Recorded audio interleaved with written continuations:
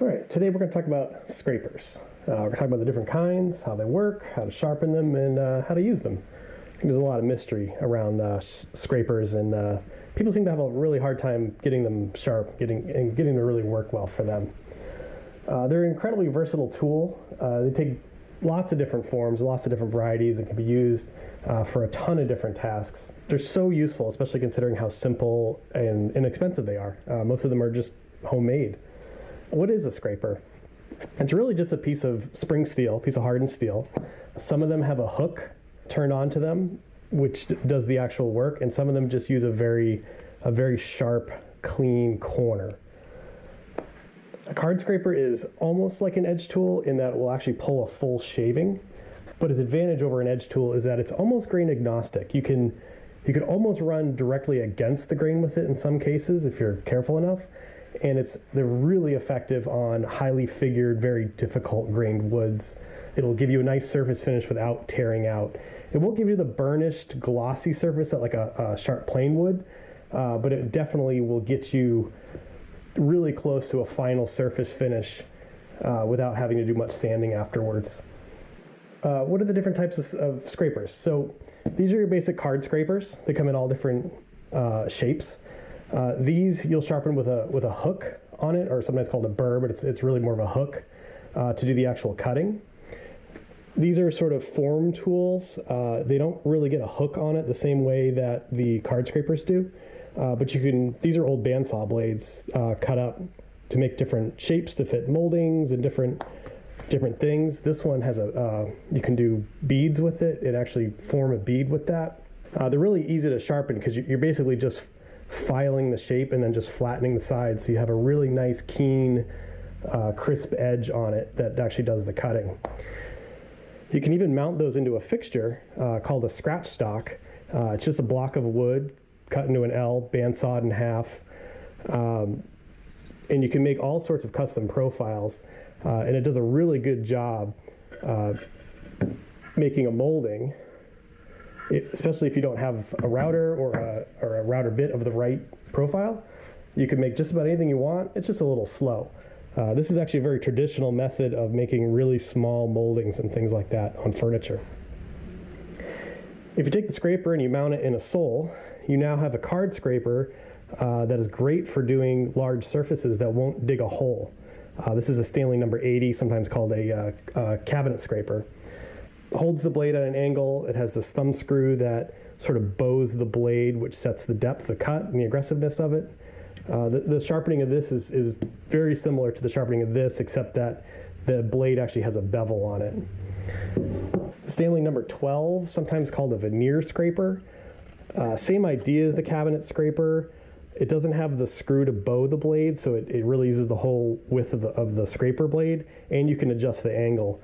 I find this one to be really difficult to use. It's not very ergonomic, and it's very fussy to get it to run really well. I really grab this thing most of the time.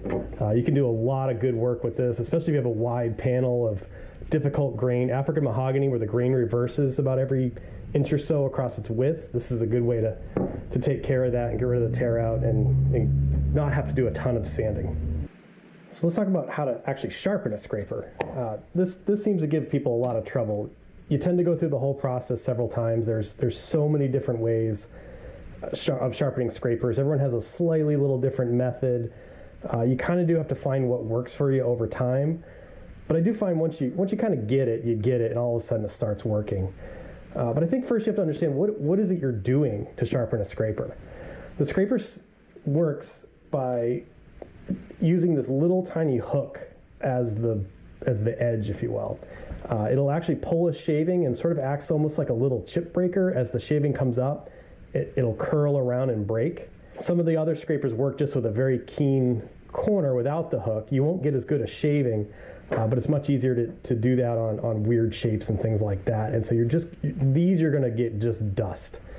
These you're going to get really good shavings. So the first step in sharpening a scraper is you have to get the old surface off. The act of burnishing the edge of the scraper hardens the scraper, and that hardened metal becomes very brittle, and you're going to have a very weak burr that's going to want to break off, if you can even turn a burr at all, because over time it just gets so hard you can't upset the metal enough to actually get that burr. So the first step is you're going to file the end. You're going to get it nice and straight, but you're really just trying to remove that metal and get down to some fresh steel. The second step is going to be to hone the edge and get it nice and shiny with no burr. And I'll show you what the burr is from the file. It's sort of a false burr, and you can make some shavings with it, but it's when you get it right, it's a whole different thing. So the second step is going to be hone it on the stone, and what you're going for is you need a really crisp 90-degree sharp corner with no burr and no rounding. I think this is where people get in trouble. Either you go right from the file, or even if you go off a stone but you don't get a nice crisp corner, you kind of angle it as you hone it, you're going to get kind of a rounded edge, and you won't be able to turn a proper burr on that. The last step after honing and polishing is to burnish it. You need a hardened burnisher to be able to upset that metal and create that burr. There's tons of these available. Lee Valley, Highland, all those places. This is Phil's signature burnisher. Fortunately, these are going to be hard to come by these days, but I think Highland Woodworking still sells these. This is modeled after a old Stanley one. I don't even know what the number it is, but they definitely don't make it anymore. It has a point at the end, which I'll get to, which is for setting the hook angle very precisely the same every time. You can also use, this is a drill bit blank. You can probably buy these from McMaster or whatever. It's literally a piece of high-speed steel, which would be a drill. You can even use the back end of a drill. So the first step in sharpening a scraper is to file the old edge off. So you will need a vise of some kind for this. You really do need to hold it very, very firmly. You don't want to slide off the edge and cut yourself. Ask me how I know. You'll need a file. Really any file will do. Something kind of more on the smooth side is probably better. This is a Baco, I think it's either a smooth or a bastard. It's about $6 from Lee Valley. Doesn't need to be anything fancy. You're not, the smoothness of the file doesn't really matter in this case, but just not something too crazy. To start, you're just removing the old metal. So you don't need to go too crazy with the filing. You don't need to remove a ton of metal. The older your scrapers get, the smaller they get. So just do enough to get the job done. Just a couple passes, nice and even, straight across. Just make sure every stroke is intentional. You can also sort of smooth out the file marks by draw filing, which is just gently pulling the file straight towards you. You do want to maintain it at as square as you can get it. We're going to make sure that this is perfectly straight and square on the stone, so this isn't super critical. After filing, you will notice there is a burr, and that burr can be used. Not very well and not for very long. So that burr kit can actually cut. It's sort of the cheater way of getting a sharp card scraper. So I'll see if I can demonstrate this. So you will get a little bit of a shaving, but it's a really lousy shaving, and it's very, very coarse because this burr that's created by the file it's almost like a serration more than a nice, clean, smooth burr. And so that also means it's really weak. And so, you can go with a good, proper, sharp scraper, you can run for a while. But with this burr, it's going to break off in a matter of a short amount of time. So don't stop with the file. You got to sharpen it properly. So after filing, we need to hone the edge. This is going to get rid of those file marks. It's going to make a nice, smooth, perfectly straight edge because the stone is hopefully flat.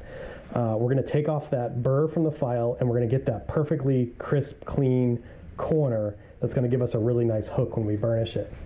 I like to use a little stick as sort of a guide, as a fence, and that gives me perfect perpendicularity to the stone, keeps me from bobbling it as I hone and creating that rounded off corner.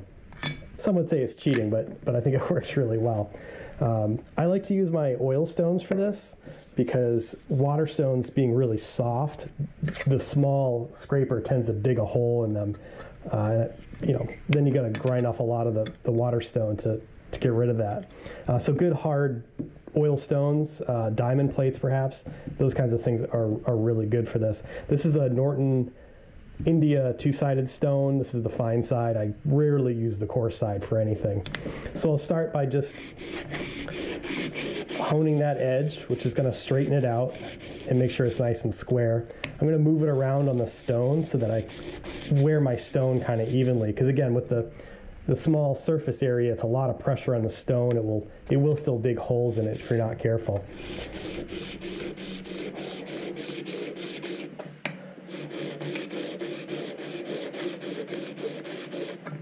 I'm just going to go until the file marks are gone and it starts to look a little shiny. If you do a good job filing, you don't need to go too far because it should already be pretty straight. And you can feel it too. Once the texture of the file marks are gone, it slides on the stone a little more smoothly. So the next step is to get rid of that burr, which is even bigger now, and create that perfect corner. So the way I like to do it is, again, with my stick, I like to put it across the surface to spread the pressure out. If you just use your fingers like this, and you look at you'll notice that there's spots where your fingers are where the pressure is, because this is so flexible. So I think using a little stick like this spreads the pressure and gives you a nice even hone across the edge without creating any undulations in it or anything. And again, I'm not trying to sharpen the back of a chisel here. I'm just trying to take that burr off and true up the corner. I don't want to go too far because I don't want my scraper to get too thin over time. You do sharpen scrapers a lot. After a couple of years, they started getting kind of narrow. So that's it. You can feel it. The burr is gone. It's a nice true edge. I might give it one more little rub that way, just in case the burr kind of wanted to roll back the other way. And then I'm going to switch to my translucent Arkansas stone here, just to final polish that edge and make it nice and smooth and nice and true. You do want a polished edge as much as possible, because that means there's no little undulations or serrations along the edge. It'll just be perfectly smooth, perfectly straight, perfectly flat.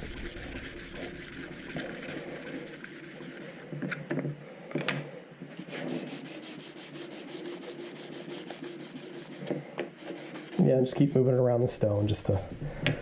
Arkansas is barely wear at all, but it's just good practice to make sure you're not digging a hole in it.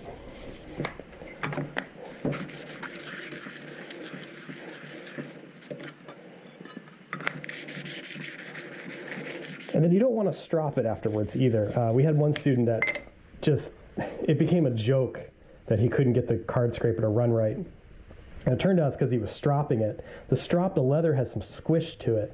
And so what it was doing is it was polishing the edge, but it was also rounding off that corner. And that's one of the reasons he was having so much trouble.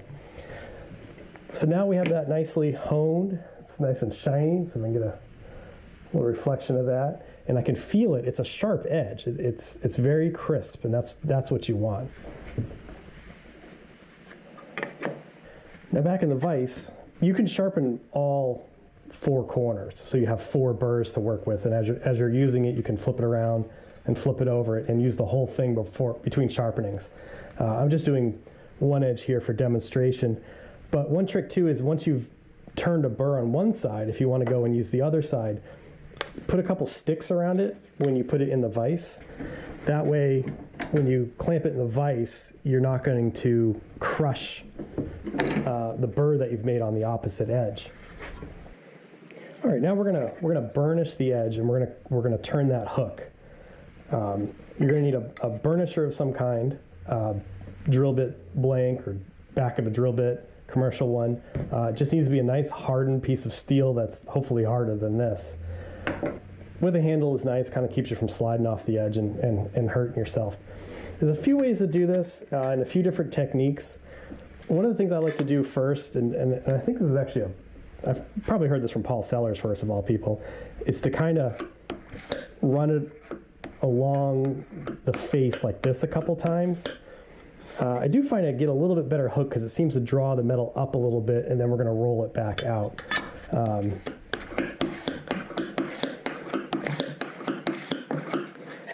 have to go too crazy.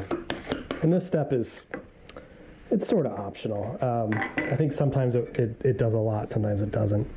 So then we'll put it in the vise. And as we burnish this, it's actually going to get hard. So you can actually put marks in your burnisher if you're not careful. I don't have any in this, thankfully, but a little bit of oil can help too on the edge, and I still have a little bit of oil sort of on my fingers from honing, so I'll just kind of make sure that there's a nice light coat on there. Just keeps it from galling or marking up the burnisher at all. And then you're just going to burnish back and forth, nice and square, perpendicular to the edge. And you sort of want to drop in and kind of lift off. Good, firm, solid pressure. Don't worry about the ends too much. You rarely use the corners of the scraper. Sometimes they're handy for getting right up into a corner, like on a rabbet. So then I would focus on it, but I find getting the corners is where I'll run off and cut myself sometimes. So you got to be a little careful.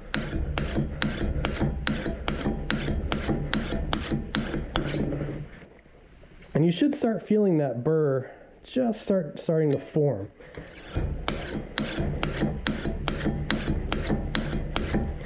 And then what we want to do is once we start feeling a little bit of a burr there, we're gonna angle the burnisher about 5 degrees, not too far.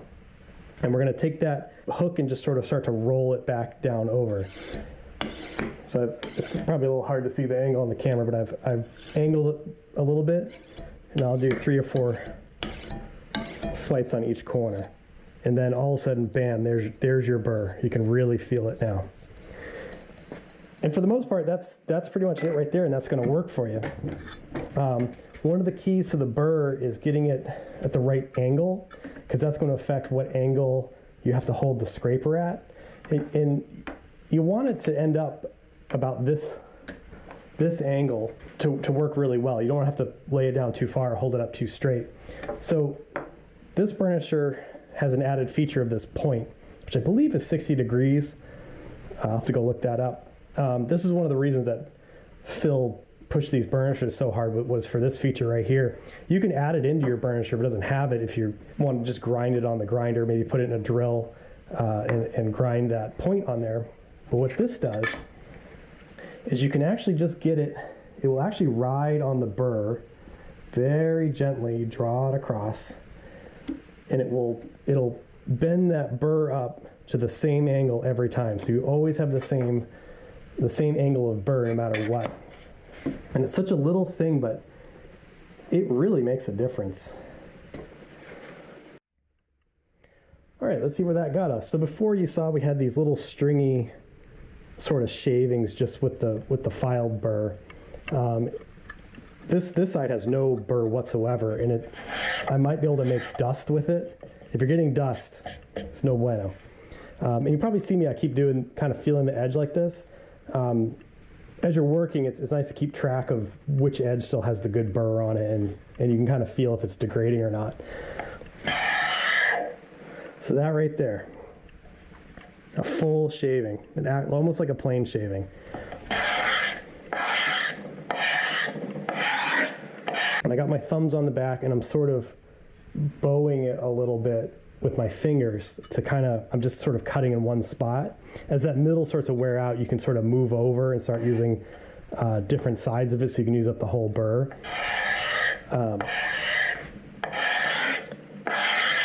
That's it. And you get a nice smooth surface.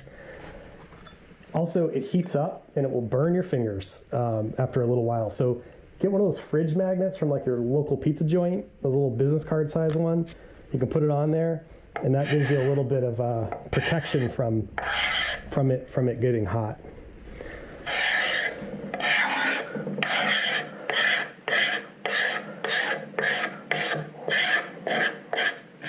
You do got to be careful. You can put a nice line on a corner, or when you come off the edge, sometimes you can run it off. Put a little scrape. So you got to go pretty easy on the corners. You can also turn it around and sort of pull it towards you. And there you go. That's the card scraper. cabinet scraper. It's done in the exact same fashion, except that there is a, I don't know if you can see that or not, there's a 45-degree bevel here, but it's the same process of filing, honing and polishing, and then burnishing, except that you're going to burnish it at that 45-degree angle, and then you'll roll this up a little bit and roll that hook over. This is I think this is a Lee Valley blade. The modern, heavy, thick, rigid scraper blades for these are excellent. The ones that came with them tended to be a little too thin. They kind of wanted to chatter. But to use it, you just put it in so it sits right on the surface below. Tighten the thumb screws, and then it has this screw here, which will, if you can see that, it'll bow the blade out just a tiny bit, and that sort of sets the aggressiveness of the cut. So I'll start with it kind of back, and you see it won't cut. Tighten it up a bit, and it'll feel a nice big shaving. And the nice thing about this is that when you're doing a big surface, you won't dig a hole. Skewing it slightly helps, waxing the sole just like a regular hand plane. You can see I got some of it will chatter a little bit. You got to make sure your pressure is down. Just like that. As far as the scratch dot goes, in this little fixture, you can kind of see the profile in there. It's a little cove and a bead with a fillet. It's really simple. You can just make any shape you want. You put it in here. It's a little curved this way so that you can sort of roll it into the cut. You can even do the edges of round things this way by making this surface here either convex or concave. There's a whole bunch of variations. But all you got to do is put it nice up to the surface. You sort of roll it away so you're coming in at an angle, and then you're just slowly rolling it down into the cut. And you're going to get little shavings. And it's just a slow process, sort of back and forth, kind of working it in. It is good to get rid of some of the waste before you start scraping, so you're not trying to take off this whole corner with the scraper. But as you can see, you get a nice profile. Really good for small moldings, especially little beads and things like that, things that are hard to get through the router because they're so fine and delicate. And then you can come back with a little scraper like this, which is just a piece of bandsaw blade filed with a profile on it, nothing fancy, just a square corner, no burr. And if you did have a profile that you wanted to clean up, you can come in here, just kind of angle it very gently by hand. You can get little shavings and clean up that molding. Good for refining a shape. It's good for even router run profiles will have little machine marks in it sometimes, or maybe little burn marks. You can come in here and just very gently work out those marks. Also, when you have two moldings that meet, maybe they don't meet perfectly, you can use a little scraper like this to sort of smooth out the transition between the two.